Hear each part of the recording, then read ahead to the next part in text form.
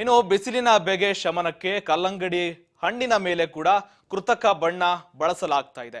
ಈಗ ಕೆಂಪಾಗಿಸಲು ಕೆಮಿಕಲ್ ಬಳಕೆ ಮತ್ತು ಕಲ್ಲಂಗಡಿ ಹಣ್ಣುಗಳಲ್ಲಿ ಇಂಜೆಕ್ಷನ್ ಮಾಡಲಾಗ್ತಾ ಇದೆ ಅಂತ ಕೂಡ, ಈ ರೀತಿ ಇಂಜೆಕ್ಷನ್ ಮಾಡಿದ್ರೆ ಹಣ್ಣು ಕೆಂಪಾಗುತ್ತೆ ಅಂತ ಕೂಡ, ಈಗ ಇದರಲ್ಲೂ ಕೂಡ ಕೃತಕ ಬಣ್ಣ ಬಳಕೆ ಮಾಡಲಾಗ್ತಾ ಇದೆ ಅಂತ ಕೂಡ ವರದಿ ಹೊರಬಿದ್ದಿದೆ.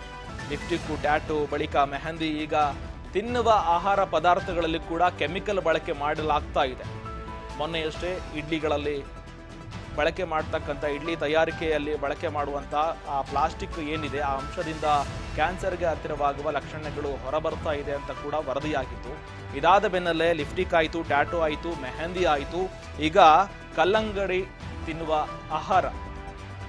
ಕಲ್ಲಂಗಡಿಯನ್ನು ಸಾಮಾನ್ಯವಾಗಿ ಬಿಸಿಲಿರುತ್ತೆ ಅಂತ ಕೂಡ ಸಾಮಾನ್ಯವಾಗಿ ಹೆಚ್ಚು ಜನ ಸೇವನೆ ಮಾಡ್ತಾರೆ. ಈಗ ಆ ಕಲ್ಲಂಗಡಿಯಲ್ಲಿ ಇಂಜೆಕ್ಷನ್ ಕೆಂಪು ಬಣ್ಣ ಏನ್ ಕಾಣ್ತಾ ಇದೆ, ಆ ಕೆಂಪು ಬಣ್ಣ ಬರಲಿಕ್ಕೆ ಇಂಜೆಕ್ಟ್ ಮಾಡ್ತಾರೆ ಅಂತ ಕೂಡ ವರದಿ ಆಗ್ತಾ ಇದೆ. ಅಪಾಯಕಾರಿ ಅಂಶ. ಕೆಂಪು ಕಲರ್ ಆಗ್ಲಿಕ್ಕೆ ಈ ಬಳಕೆ ಮಾಡಲಾಗ್ತಾ ಇದೆ ಕಲ್ಲಂಗಡಿಯಲ್ಲಿ. ಈಗ ಇಂಜೆಕ್ಷನ್ ಕೂಡ ಇಂಜೆಕ್ಟ್ ಮಾಡಿ ಕೃತಕವಾಗಿ ಬಣ್ಣವನ್ನ ಕಾಣುವಂತೆ ಮಾಡಲಾಗ್ತಾ ಇದೆ. ಇದು ಕೂಡ ಆರೋಗ್ಯಕ್ಕೆ ಮತ್ತೊಂದು ಅಪಾಯಕಾರಿಯಾಗಿದೆ.